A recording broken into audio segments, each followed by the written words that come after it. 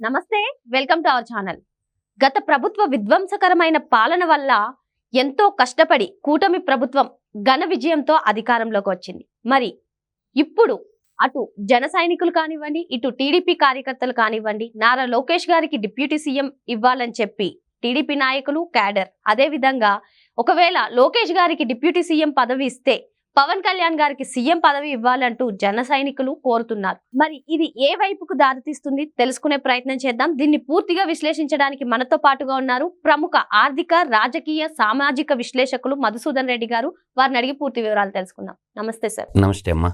కూటమి ప్రభుత్వం అధికారంలోకి వచ్చి దాదాపు 7 నెలలు అవుతుంది సార్. ముఖ్యమంత్రిగా చంద్రబాబు నాయుడు గారు, ఉప ముఖ్యమంత్రిగా పవన్ కళ్యాణ్ గారు, అదే విధంగా ఐటీ, విద్యాశాఖ మంత్రిగా లోకేష్ గారు ఎవరి పనుల్లో వాళ్ళు సమగ్రంగా నిధులు నిర్వర్తిస్తున్నారని చెప్పవచ్చు. మరి ఇప్పుడు తెర మీదకు వస్తున్న అంశం డిప్యూటీ సీఎం గా లోకేష్ గారిని చూడాలని తెలుగు తమ్ముళ్ళు కోరుకుంటున్నారు. అదే విధంగా సీఎం గా మా నాయకుడు పవన్ కళ్యాణ్ గారిని చూడాలని జన సైనికులు కోరుకుంటున్నారు. మరి కూటమి ప్రభుత్వం ఇప్పటి వరకు చూసుకున్నట్లయితే ఐచ్ఛికంగా ముందుకు సాగుతుంది అభివృద్ధితో. మరి ఇది ఏ వైపుకు దారి తీస్తుంది? దీనిపై మీ అభిప్రాయం ఏంటి సార్? అనేది ఒకటమ్మా, ఒక రాక్షస పాలన అంతమొందించడానికి సకల జనులు ఏకమయ్యి అంతమొందించి ప్రజాపాలన మనం తెచ్చుకున్నాం. రాక్షస పాలన అంతమొంజిపోయింది. కానీ కొంతమంది వ్యక్తులు ఏంటంటే వ్యక్తి పూజ కంటే ప్రజాస్వామ్యం గొప్పదని నేను అంటాను. ఇప్పుడు లోకేష్ గారు ఉన్నారు, తన బాధ్యతలు తను నిర్వర్తిస్తున్నాడు. ఏదన్నా మనకి పార్టీల అభిప్రాయం ఉన్నప్పుడు పార్టీకి మనం చెప్పాలనుకున్న మాట బహిర్గతం కాకూడదు. పబ్లిక్ మీటింగుల్లోనూ మెయిల్ ద్వారాను నీ అభిప్రాయాన్ని చెప్పొచ్చు, తప్పు లేదు. అంటే కార్యకర్తకి భావ ప్రకటన స్వేచ్ఛ ఉండటంలో తప్పు లేదు. ఆ భావ ప్రకటన స్వేచ్ఛ అనేది పార్టీ ఇంటర్నల్ మీటింగ్లో మాట్లాడాల్సినటువంటి, చర్చించాల్సిన విషయాలు. అంటే జన సైనికులు మా పవన్ కళ్యాణ్ గారు ముఖ్యమంత్రి కావాలని అంటాం కానీ, తెలుగుదేశం పార్టీ కార్యకర్తలు లోకేష్ గారు ఉప ముఖ్యమంత్రి కావాలంటాం కానీ, ఆ భావజాలం అనేది సోషల్ మీడియా వేదికగా కాకుండా మీ యొక్క భావజాలాన్ని, మీ యొక్క ఆలోచన విధానాన్ని పార్టీకి చేరవేయండి. పార్టీకి ఒక అధ్యక్షుడు ఉంటారు, పార్టీకి ఒక పాలిట్ బ్యూరో సభ్యులు ఉంటారు, వాళ్ళు కూర్చొని వాళ్ళు నిర్ణయిస్తారు. సార్, మీరు అన్నట్టుగానే ప్రస్తుతం ఏ అంశం జరిగినా సరే దాన్ని క్యాచ్ చేసుకోవాలని చూస్తున్నారు వైఎస్ జగన్మోహన్ రెడ్డి. మరి ఈ టాపిక్ ని తీసుకుని ఆయన వేసే అడుగు ఎలా ఉండబోతుంది అంటారు? ఏమి ఉండదమ్మా. ఇంకా జగన్మోహన్ రెడ్డి గురించి మాట్లాడటం వేస్ట్ నా దృష్టిలో. అతను అసెంబ్లీకి రానప్పుడే ప్రజల యొక్క అభిమానాన్ని కోల్పోయాడు. ఒక్క ఎమ్మెల్యే ఉన్నా కూడా తెలంగాణలో సిపిఐలో కోనమనేని సాంబశివరావు అని ఒక్కే ఎమ్మెల్యే ఉంటాడు. టంచినగా అసెంబ్లీకి వెళ్తాడు, అతను మాట్లాడాలనుకున్నది మాట్లాడతారు. 11 మంది ఎమ్మెల్యేలు ఉన్న అసెంబ్లీకి పోకపోతే వాళ్ళ మీద చర్యలు తీసుకోవాలి స్పీకరు. నేను అనేది జగన్మోహన్ రెడ్డి గురించి అసలు మాట్లాడటం మానేయండి. ఫస్ట్ రాష్ట్ర సర్వతోముఖాభివృద్ధి గురించి, రాష్ట్రానికిలో ఉన్న ప్రతి పౌరుడు సూచనలు, సలహాలు, చేతనైతే సాయం చేద్దాం. ప్రభుత్వానికి మంచి సూచనలు, సలహాలు ఇద్దాం. తప్పు జరిగితే ప్రశ్నిద్దాం, తప్పు లేదు. ప్రతి పౌరుడు బాధ్యత అంట. నేను మీరు అందరి బాధ్యత ఏంటంటే ఎవరిని నెత్తిని పెట్టుకోవాల్సిన అవసరం లేదు. ఇది ప్రజాస్వామ్యం. ఈ ప్రజాస్వామ్యంలో ప్రతి పౌరుడు కూడా ఎక్కడన్నా తప్పు జరుగుతున్నప్పుడు దాన్ని నిక్కచ్చిగా ఒక ఉత్తరం రూపంలోనూ, మెయిల్ రూపంలోనూ ప్రభుత్వానికి తెలియజేయాల్సినటువంటి పౌరుడు యొక్క ప్రాథమిక లక్షణము. దేనికి భయపడాల్సిన అవసరం లేదు. ఇప్పుడు లోకేష్ గారు ఉన్నారు.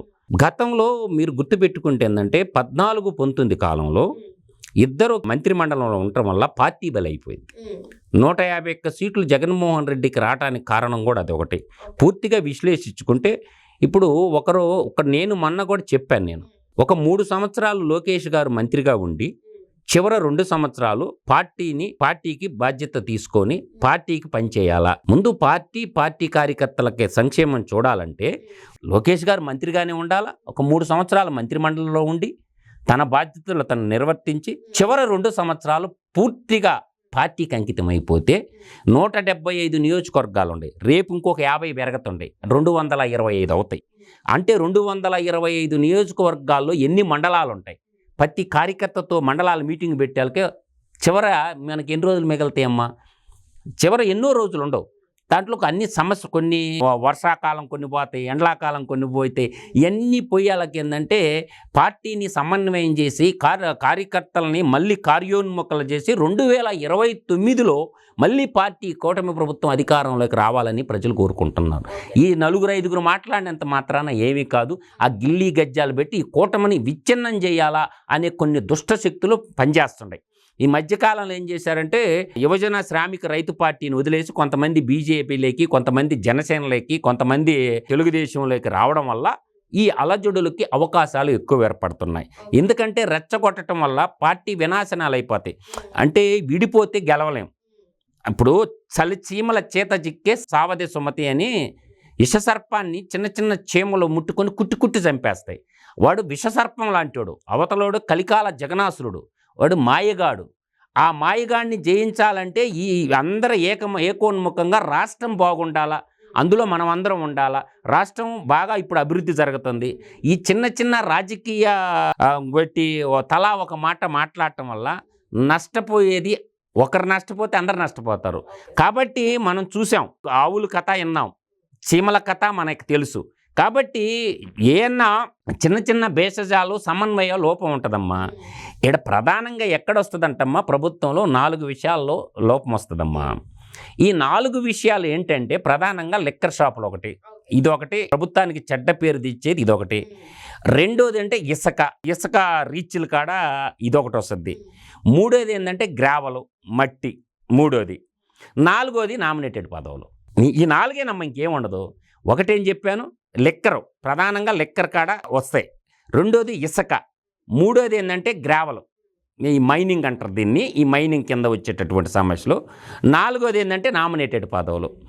ఏదైనా సరే ప్రజలకు సేవకులుగా ఉండాలంటే రాజకీయం అంటే దోపిడీ కాదమ్మా, ప్రజలకి సేవకులుగా ఉండడం. అందువల్ల ఏంటంటే ఈ 3 పార్టీలు ఏదైతే భారతీయ జనతా పార్టీ, జనసేన, తెలుగుదేశం కూటమి ఇచ్చినం కాకుండా కలిసి నడవటమే ఉభయతారకంగా అందరికి మంచిది, రాష్ట్రానికి మంచిది, దేశానికి మంచిది, ప్రజలకు కూడా మంచి జరగద్ది. అందువల్ల ఏంటంటే కొంతమంది పెట్రోల్ పోసేవాళ్ళు పెట్రోల్ పోస్తారు, అగ్గిపెట్టిచ్చేవాడు అగ్గిపెట్టిస్తున్నాడు, ఒకడు పెట్రోల్ పోస్తుండు, ఒకడు కిరోసిన్ పోస్తుండు. నా యొక్క వ్యక్తిగత అభిప్రాయం చెప్తున్నాను తల్లి, లోకేష్ గారు 3 సంవత్సరాలు మంత్రిమండలిలో మంత్రిగా కొనసాగి చివరి 2 సంవత్సరాలు పార్టీని మళ్ళీ విజయడంకా మోగించాలా, విజయబేరి మోగించాలా, 2029 సమరబేరిలో విజయబేరి మోగించాలంటే లోకేష్ గారు 3 సంవత్సరాలు మంత్రిగానే కొనసాగి చివరి 2 సంవత్సరాలు పార్టీకి పునరంకితమైతే పార్టీలో ఉన్న లోపాలు సర్దించుకోవచ్చు. నిన్న 24 ఎలక్షన్లో పార్టీని అధికారంలో తేవడానికి లోకేష్ గారు పార్టీకి చేసినటువంటి సేవ అమోఘమైనది, అనిరచితమైంది.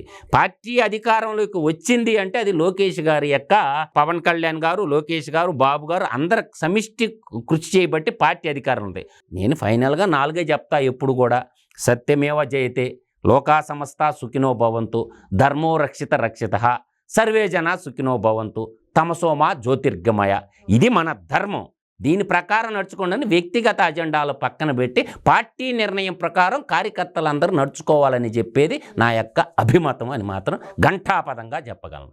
మరి ఇటువంటి అంశాలు ఏమన్నా ఉంటే అది పార్టీ ఇంటర్నల్ మీటింగ్స్ లో చెప్పాలి, కానీ బహిరంగంగా చెప్పకూడదు. ఇలాంటి అంశాలే కూటమి ప్రభుత్వ విచ్ఛిన్నానికి కూడా దారితీస్తుందని చెప్పి సార్ చెప్తున్నారు. Thank you sir. నమస్కారం.